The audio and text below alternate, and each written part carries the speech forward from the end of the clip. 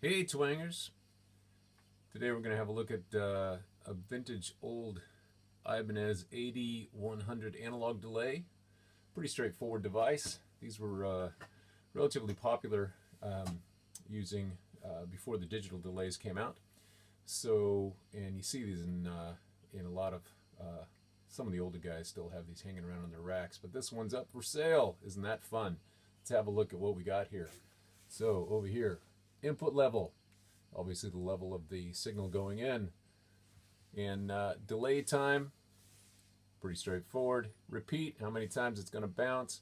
The delay level, basically how the effect, the level of the effect itself, and the dry level. So these are basically controlling the output signal here. So you've got the dry level, which is the signal, passing straight through. On the bottom here, you've got a couple of outputs. You can have just the effect, just the dry. You've got a foot switch over here to turn it on and off. A switch up here which says effect and normal, also sort of a bypass switch. Basically does what this switch does down here. Notice this little line tells you that those two things kind of do the same thing. On and off switch. An input over here with a peak level switch, or sorry, not a peak level switch, a peak level light, so you can see whether you're overloading it. We'll have a wee play with this thing here in a minute and see what it can do. Okay, so we turned it on and plugged it in. Now, don't anybody get all funny about the guitar tone here. I'm not interested in the tone. I'm only interested in showing you how this thing works.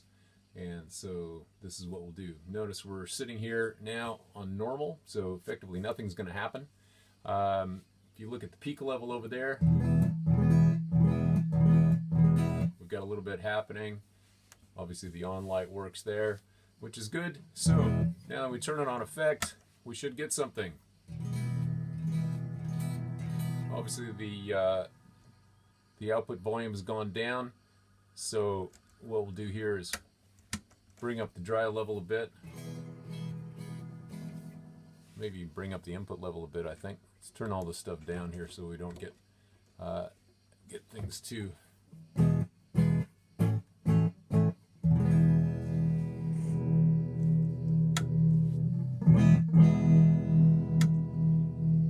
Trying to get the dry level pretty much the same, so that if you actually turn the effect on, you're not going to get a big drop. But, depends on how you want to use this thing. So we'll turn the effect on now, and of course, since nothing's happening pretty much, that's what we get. So let's try fooling around with the delay time and the repeats and just kind of bring these up a little bit and see what we get.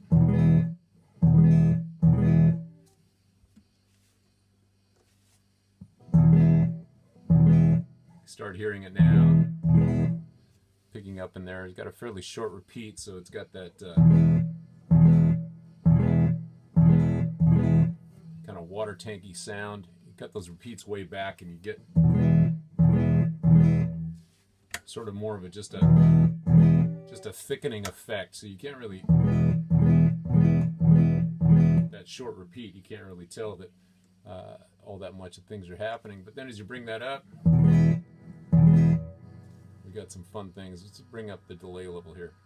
And of course, being analog, when you have a signal rolling around in the bucket brigade, as you turn these knobs, things happen. If you want to cancel everything, just go back to there. That kind of kills it.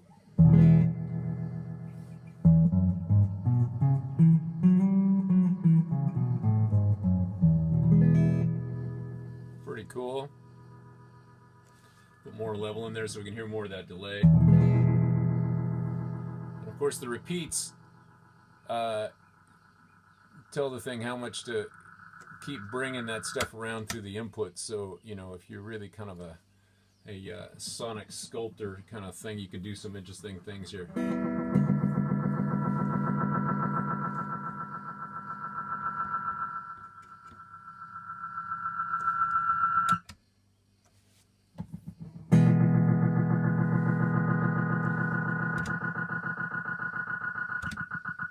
By actually throwing the switch quite quickly, you can end up cutting bits of the signal out as well. So again, if you're sort of using something like this as a sonic sculpting tool, it can be quite an interesting device.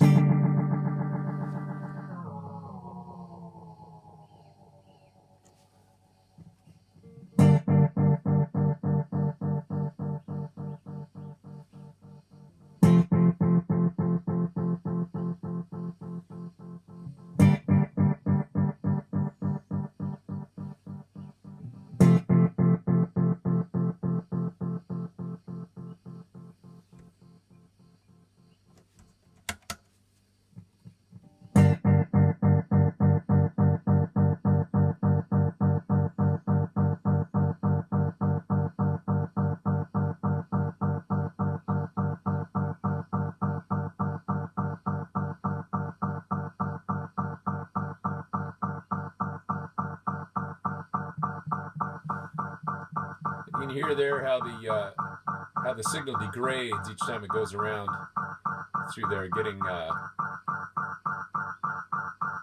various frequencies chopped out of it, and you know, that sort of happens.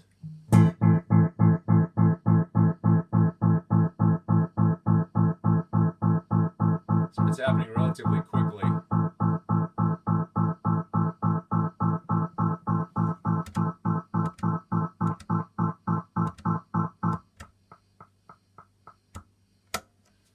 So, as you can see, everything works. And of course, you can do the space.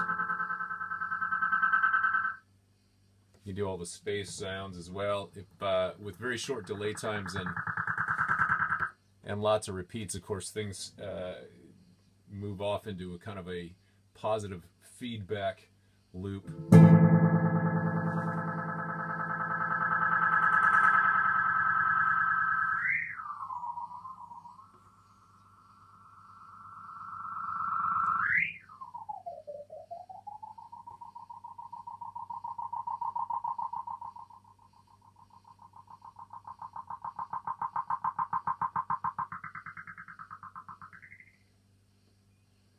So, of course, once that signal's in the bucket brigade, noodling with the knobs gives you various kinds of things. So there it is. It's pretty simple. You know, I'd kind of leave it up to your own imagination what you want to do with it. It's it can be fun. Probably a bit of a wild horse to ride at times, depending on what you're trying to do. But if you're trying to get that some of that old time kind of slap back delay and thing, it works pretty cool.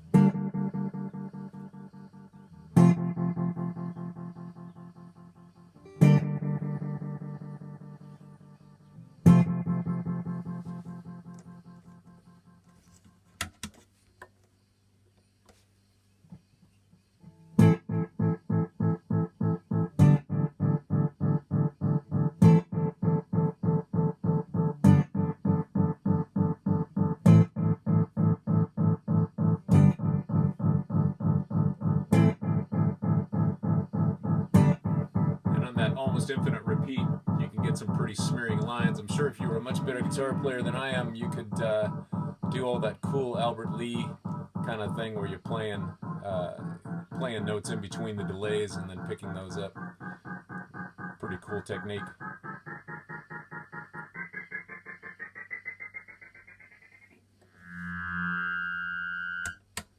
So there you have it.